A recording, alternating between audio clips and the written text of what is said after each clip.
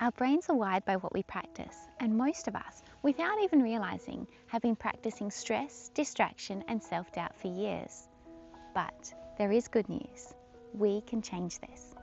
In part 1 of the series, we talked about the challenges that keep so many of us stuck: distraction, loneliness, negative self-talk, and loss of meaning. Today, we're looking at how we can break free of these challenges. Because even though these cycles may at times feel overwhelming, we don't have to be stuck in them forever. Your brain can change, and you have the power to rewire it. In this video, we're diving into how neuroplasticity works, and more importantly, how you can use it to build new habits that lead to more calm, clarity, and resilience. I'm also going to share the core 4 for mental well-being that changed my life, and how they can change yours too. Our brains are not fixed. They're constantly adapting, reshaping themselves in response to how we think and what we do. This ability is called neuroplasticity, and it means we have the power to rewire our minds, and because of this, change how we experience life. It's not about overhauling everything overnight. It's about making small, intentional habits, tiny shifts in how we think, act, and show up every day that can create lasting transformation. Because real change isn't something far off in the future. It's something that happens now with each small intentional step. Inside your brain are about 86 billion neurons forming nearly 100 trillion connections. This incredible network shapes how we think, feel, act, and experience the world. Here's the wild part. Those connections are constantly changing based on what you focus on. Your brain isn't fixed. It's a living, evolving network, and you're in control. See, our experiences, both good and bad, can have an impact on our brains. And while we may not have control over everything that happens to us, we do have power over how we respond. We can choose which neural pathways to strengthen. We're always building and rebuilding our brains. So, how do we move from being caught up in the loops of distraction, loneliness, negative self-talk, and loss of meaning to truly living in the moment? It starts with the core 4 for mental wellness.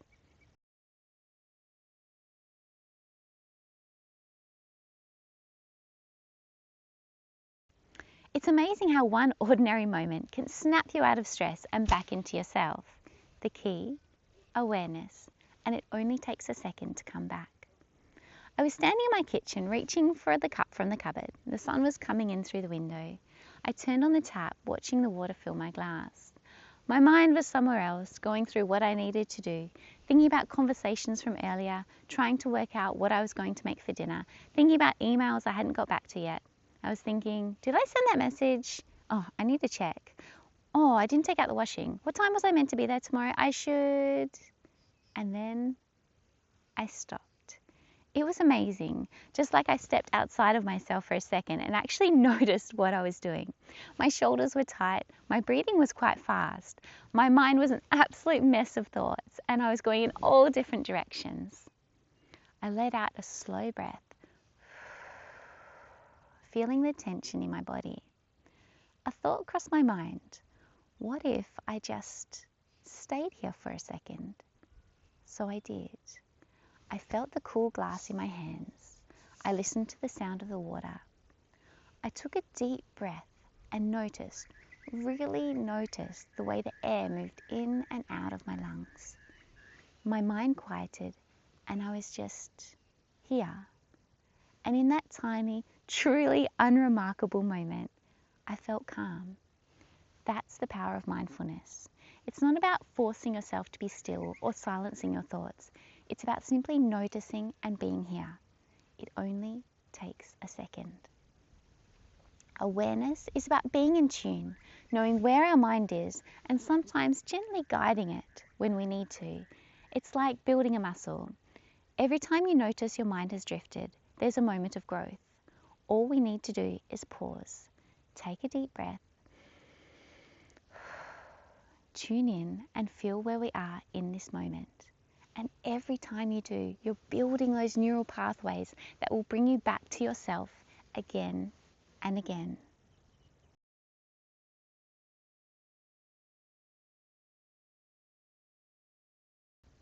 I thought I was overwhelmed because of everything life was throwing at me.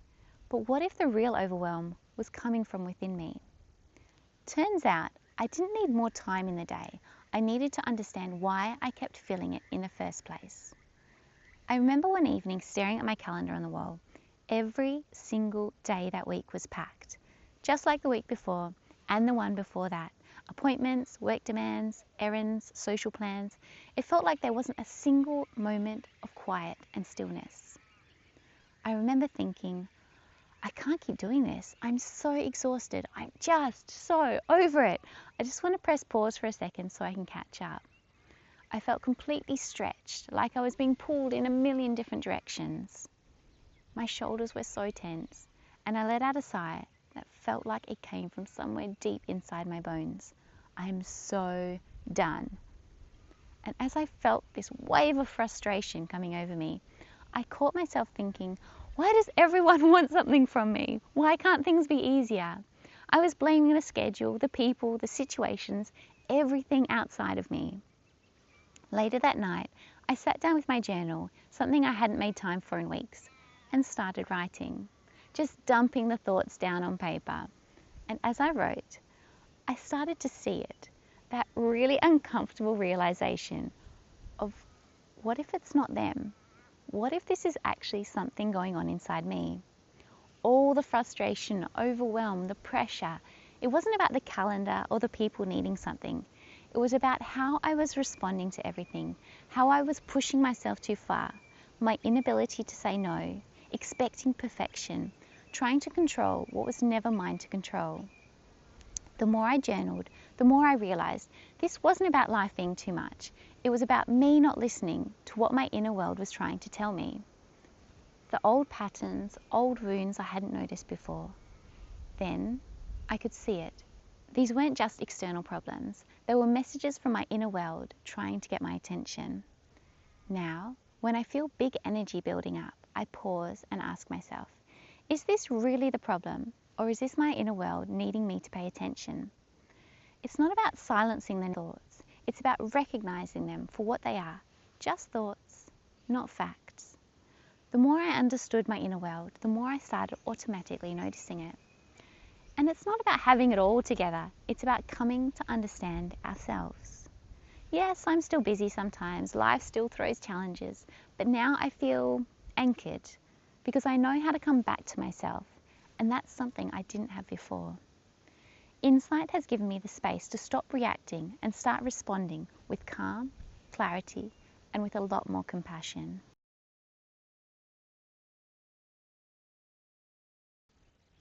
I recently caught up with a beautiful friend who I've been friends with for a really long time. We live far away from each other, so we don't see each other very often. We were catching up on life, swapping stories and laughing so much. At one point she asked me, "So what are your goals for this year?" I paused and realised I didn't actually have any, not like I used to. I had no big career plans, no bold resolutions. For a second, I actually wondered if I should make something up, something impressive or super productive. But instead, I just told the truth. Honestly, I just want to be the best mum I can be this year. She looked at me and smiled. And in that moment, I felt a quiet sense of peace and clarity. My purpose was right in front of me, in the tiny person I care for every day, the stories before bed, the wild mess, the big energy, the cuddles. When I focus on love and being present, even the small moments feel meaningful, even when I'm covered in mud from playing in the creek with my son and I haven't slept in 3 days. Purpose is about having a sense of direction, something that brings you deep joy and fulfillment. It's whatever makes your life feel meaningful. When we match our actions with our purpose, life feels beautiful. If you've ever felt that quiet whisper asking, is there something more?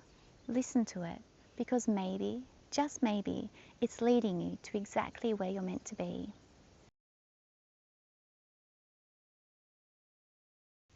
Have you ever been surrounded by people but still felt alone? Like no one really sees you. You're not the only one, and it doesn't have to stay that way. Have you ever done something small for someone? Maybe held a door open, offered a genuine compliment, or shared a smile with someone, and felt this unexpected glow inside? But then, there's the other side, the times when you've felt completely disconnected, like you're moving through life on autopilot, when you're surrounded by people but feel like no one really sees you, that quiet ache of loneliness, even when you're not alone. I remember a time when I felt like that.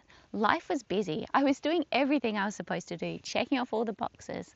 I was very productive, but life didn't necessarily feel full. One afternoon, I found myself at the garden centre, one of my favourite places. My basket was full of plants that I would probably struggle to squeeze into my already bursting garden. But hey, they're plants, I can't resist. I was skimming through the rows of veggies, and then something stopped me. I noticed a woman standing there a little bit away, holding a plant tag in one hand and staring at it with real uncertainty. I could see how worried she was as she looked at how to look after the plant. I couldn't help but relate to her as I thought, I've definitely been there. She looked up and asked, "Do you think this will grow here?" I felt something pulling me towards her. It wasn't really about the plants. I know how it feels to be unsure, and I really wanted to help her. She looked really stressed out. "I just can't figure out if this one will grow here. I've tried before and things just don't work out." I smiled and nodded and pulled out my phone. Let's Google it. We spent the next 10 minutes scrolling through websites, double checking how to look after the plant. While we were looking, she told me about how she had just moved to the area after her husband had passed away. Her son had recently moved far away. Chatting felt so simple, but so meaningful. As she talked, her shoulders dropped. When we found what we were looking for, she sighed and looked so happy. She gently squeezed my hand and said, "Thank you so much." That tiny act of kindness wasn't really about helping with a plant. It was about being present with another human. It reconnected me to something deeper, to a kindness that is innately inside me, that's in all of us. To the realization that connection is what makes life feel good. Taking the time to truly share a moment of someone else's world. This really helped to remind me, life isn't about racing to tick off what we have to do. It's about these moments that make us feel seen, heard, and truly alive. Connection isn't about being surrounded by people. It's about truly seeing others and allowing ourselves to be seen in return. It's about nurturing relationships, no matter how fleeting, building compassion and choosing kindness, not just for others, but for ourselves too. The amazing part, science shows that kindness doesn't just make others feel good, it actually changes us. When we're kind, our brain releases oxytocin, serotonin, and dopamine, those feel-good chemicals that boost happiness, reduce stress, and create a deep feeling of well-being. Kindness is more than just an action. It's a feeling, a ripple effect that starts with one small act and spreads. When we choose to connect with others, with ourselves, with the world around us, life becomes full, vibrant, and meaningful once again.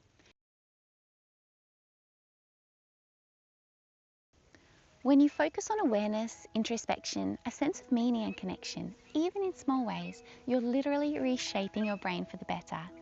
If there's one thing I want you to take from this, it's this. You're not stuck forever. No matter how long you've lived with stress, self-doubt, or feeling disconnected, change is possible. And not just possible, it's already happening every time you pause, notice, and take one small step back to yourself. Your brain can be rewired, and every moment you choose awareness, curiosity, purpose, or kindness, you're shaping it in powerful ways. You're building new neural pathways that support calm, clarity, and resilience, not just in theory, but in your actual daily life. This isn't about perfection, it's about making progress. It's about the little choices, the breath you take before responding, the time you take to reflect, the kindness you show when no one's watching. These are the moments that rewire your brain and create real, lasting change. So let's keep moving forward together. In part 3, I'm going to guide you through a simple mindfulness practice that you can start using straight away. It's quick, easy, and scientifically proven to reduce stress and help you feel more grounded, no matter what life throws at you. Be sure to watch part 3, and if you're feeling inspired, let me know in the comments with a thumbs up or share a moment that brought you back to yourself today. Let's keep building this community and this transformation together.